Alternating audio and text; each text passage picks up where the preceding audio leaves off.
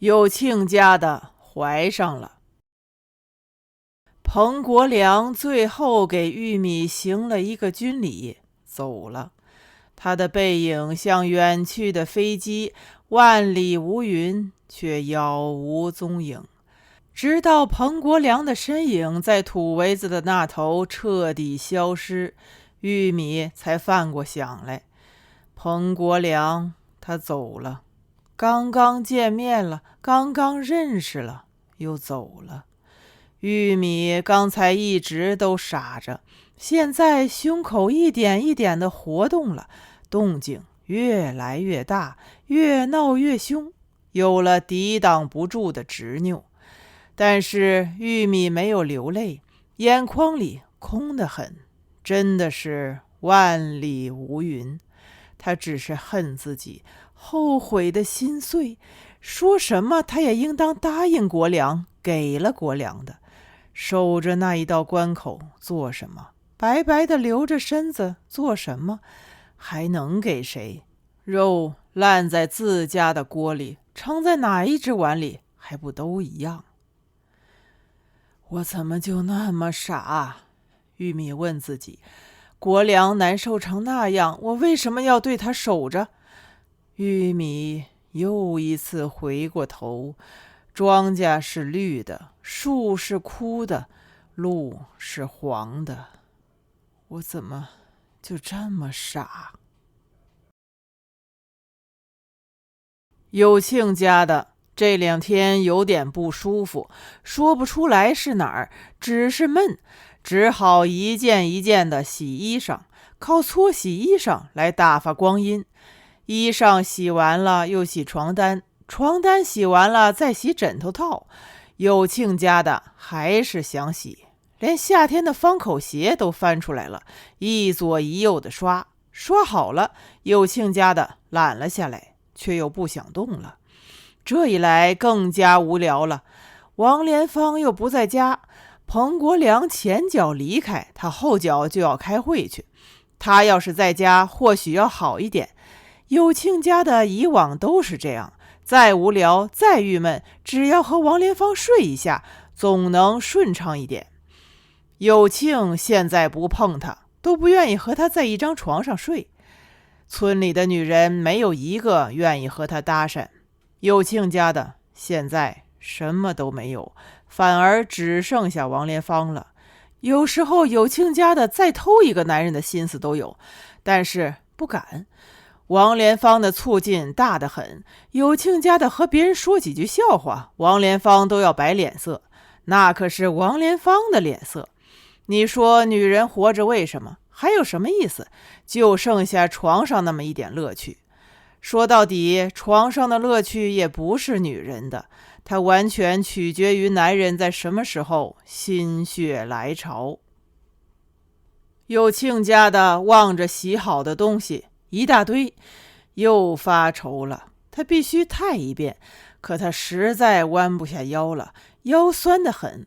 有庆家的只好打起精神，拿了几件换身的衣裳，来到了码头。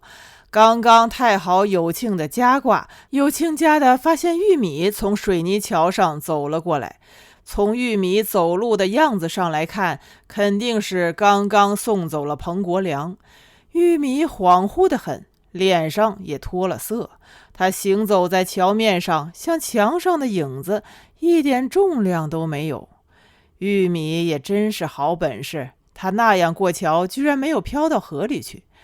有庆家的想，玉米这样不行，会弄出毛病来的。有庆家的爬上岸，守候在水泥桥头。玉米过来了，有庆家的堆上笑，说：走啦。玉米望着有庆家的，目光像烟那样，风一吹都能拐弯。玉米冷得很，不过总算给了有庆家的一点面子，他对着有庆家的点一下头，过去了。有庆家的一心想宽慰玉米几句，但是玉米显然没有心思领他的这份情。有庆家的一个人侧在那儿，瞅着玉米的背影，他的背影像一个晃动的黑窟窿。有庆家的慢慢失神了，对自己说：你还想安慰人家？再怎么说，人家有飞行员做女婿，离别的伤心再咬人，说到底也是女人的一分成绩，一分运气，是女人别样的福。你有什么，你就省下这份心吧，歇歇吧，拉倒吧你。玉米离开之后，有庆家的跑到猪圈的后面，弯下身子一顿狂呕，汤汤水水的，竟比早上吃下去的还要多。有庆家的贴在猪圈的墙上，睁开眼，眼睫挂了细碎的泪。有庆家的想，看来还是病了，不该这么恶心。这么一想，有庆家的反而想起来了，这2天这么不舒服，其实正是想吐。有庆家的弯下腰，又呕出一嘴的苦。有庆家的闭上眼，兀自笑了笑，心里说：个破烂货，你还弄得像怀上小支书似的。这句作践自己的话却把有庆家的说醒了。2个多月了，他的亲戚还真是没有来过，只不过没敢往那上头想罢了。转一想，有庆家的却又笑了，挖苦自己说：拉倒吧你还真是一个外勤内懒的货不成？医生说是。有庆家的说：这怎么可能？医生笑了，说：你这个女的少有，这要问你们家男人。有庆家的又推算了一次日子，那个月有庆在水利工地上呢。有庆家的眼睛直了，有庆再木固，但终究不是二憨子。这件事瞒得过天，瞒得过地，最终瞒不过有庆。要还是不要，有庆家的必须给自己拿主张。有庆家的炒了一碗蛋炒饭，看着有庆吃下去，掩好门，顺手从门后拿起了捣衣棒。有庆家的把捣衣棒放在桌面上。有庆家的说：有庆，我能怀的。有庆还在扒饭，没有听明白。有庆家的说：有庆，我怀上了。有庆家的说：是王连芳的。有庆听明白了。有庆家的说：我不敢再堕胎了，再堕胎我恐怕真的生不出你的骨肉了。有庆家的说：有庆，我想生下来。有庆家的说：有庆，你要是不答应，我死无怨言。有庆家的看着桌面上的捣衣棒说：你要是咽不下去，你打死我。有庆最后一口饭还含在嘴里，他把筷子拍在了桌子上，脖子和目光一起梗了。有庆站起身，拿起捣衣棒。有庆把捣衣棒握在掌心，胳膊比捣衣棒还要粗，还要硬。有庆家的闭上了眼睛，再睁开的时候，有庆已经不在了。有庆家的慌了，出了门四处找，最后却在婆婆的茅棚里找到了。有庆家的追到茅棚的门口，看见有庆跪在婆婆的面前。有庆说：我对不起祖宗，我比不上人家有种。有庆嘴里的那口蛋炒饭还含在嘴里，这刻黄灿灿的喷的一地。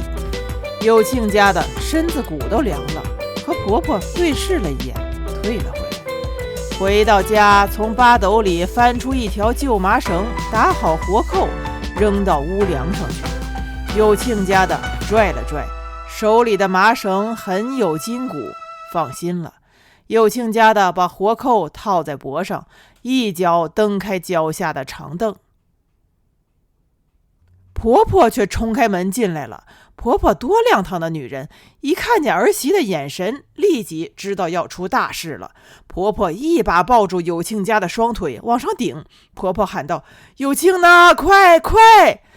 有庆已经被眼前的景象弄呆了，不知道前后的几分钟里她都经历了什么，木头木脑的四处看。